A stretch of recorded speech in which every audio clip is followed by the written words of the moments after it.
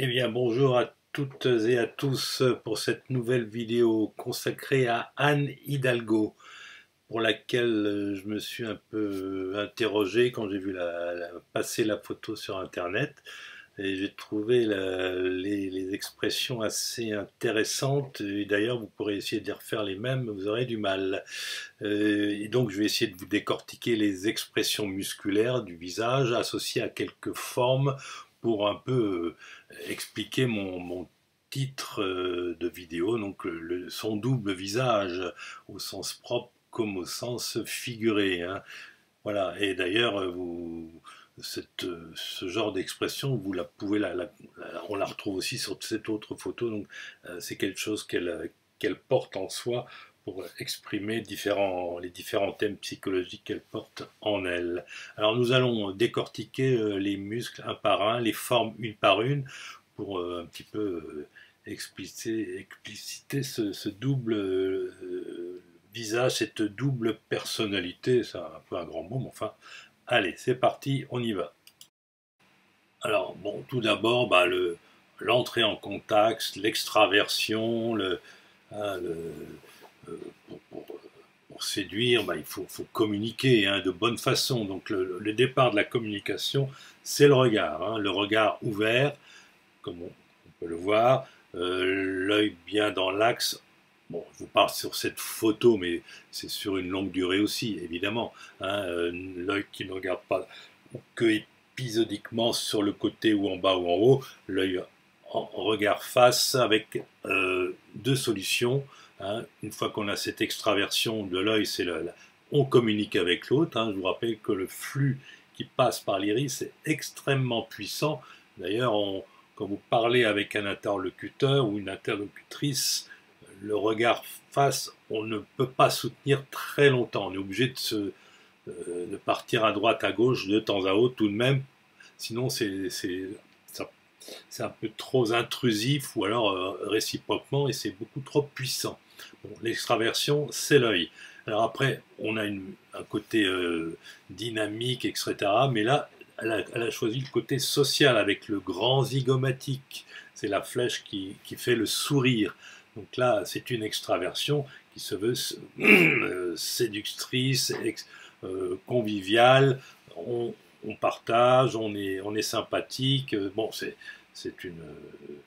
à l'évidence la meilleure entrée en contact quand on veut séduire ses clients politiques, hein. Donc voilà pour le point positif, si l'on peut dire, hein. Alors, deuxièmement, la houppe, hein. Là, vous voyez elle est très nette.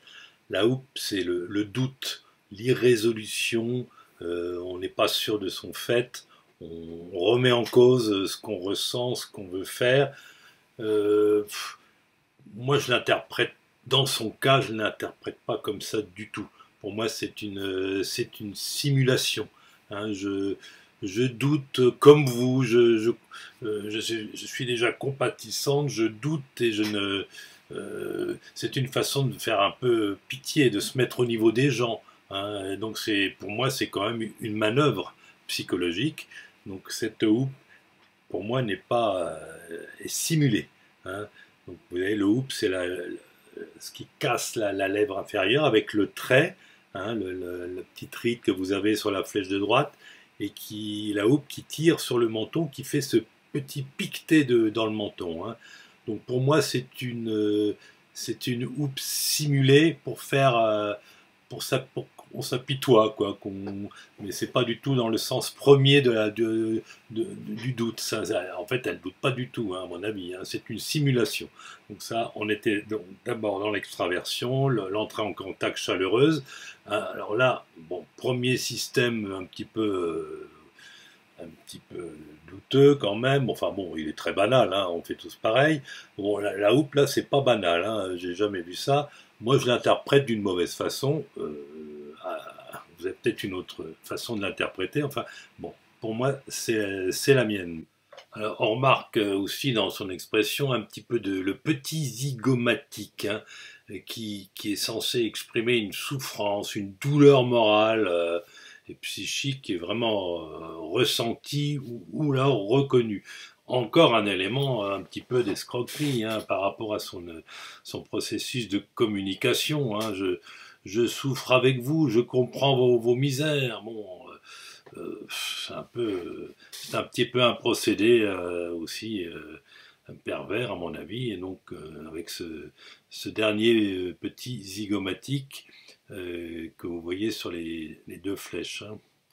Alors, on a vu le premier visage de Madame Hidalgo, hein, le côté sympathique, avenant, chaleureux, empathique, extraverti, qui soi-disant, hein, bon après, remarquez, on fait un peu tous pareil dans certaines circonstances, mais enfin, avec un faux doute, une fausse remise en question de soi-même, qui est simulée, c'est un petit peu une escroquerie. Hein. On voit ce faux sentiment de douleur morale pour apitoyer les gens, se mettre à leur niveau.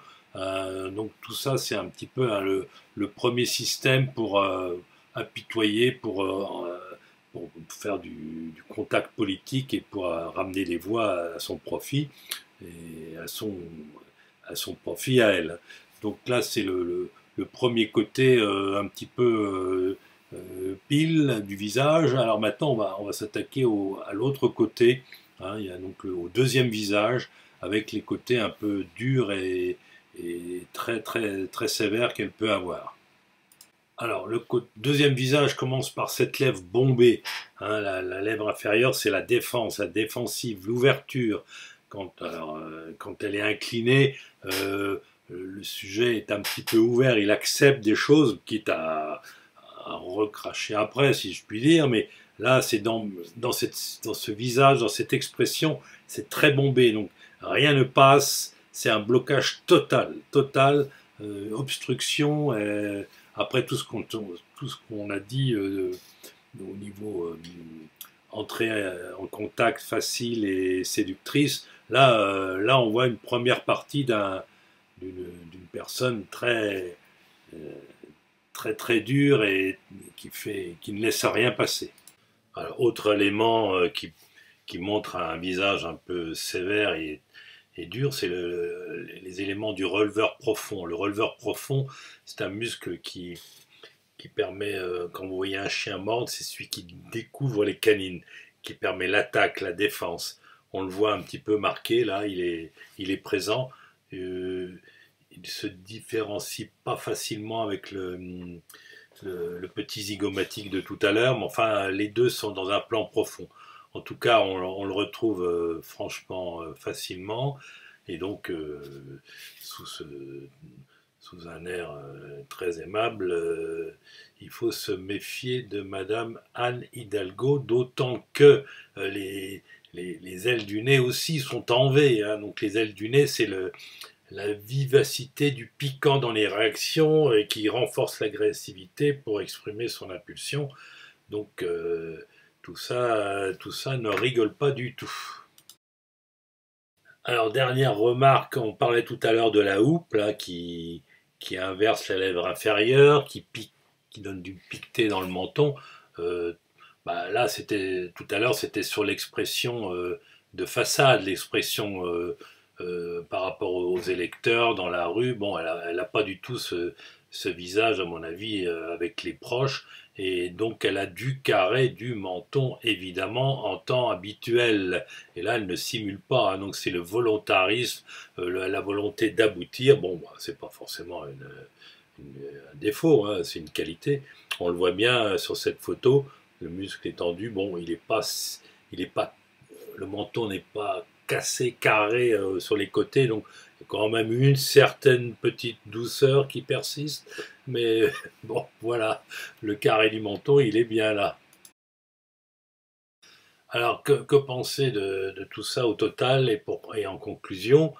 Eh bien, donc, Anne Hidalgo, en fait, dans des photos comme ça qui sont faites en public, je pense en tout cas, elle est assez habile hein, pour présenter un côté doucereux, un peu aimable, accueillant, proche des gens, mais derrière tout ça, il se cache une machine de guerre. Hein.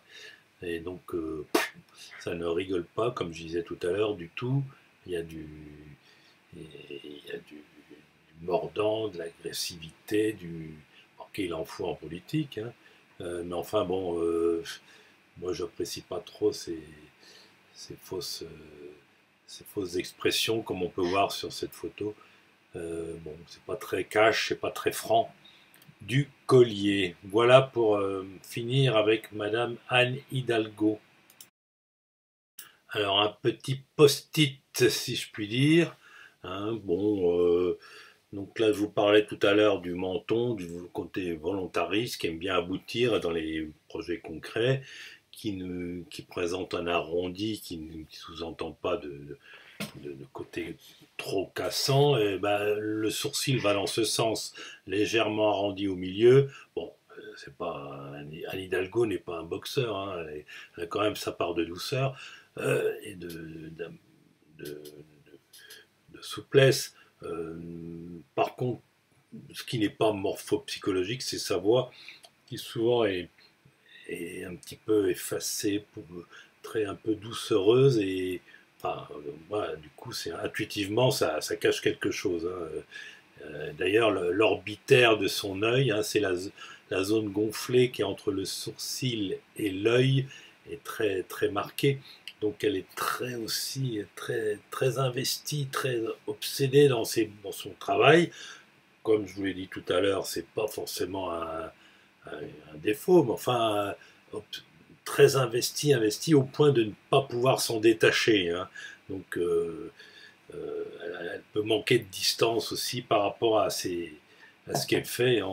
Peut-être, on va le constater dans sa présidence, dans son candidature à l'élection présidentielle. Voilà.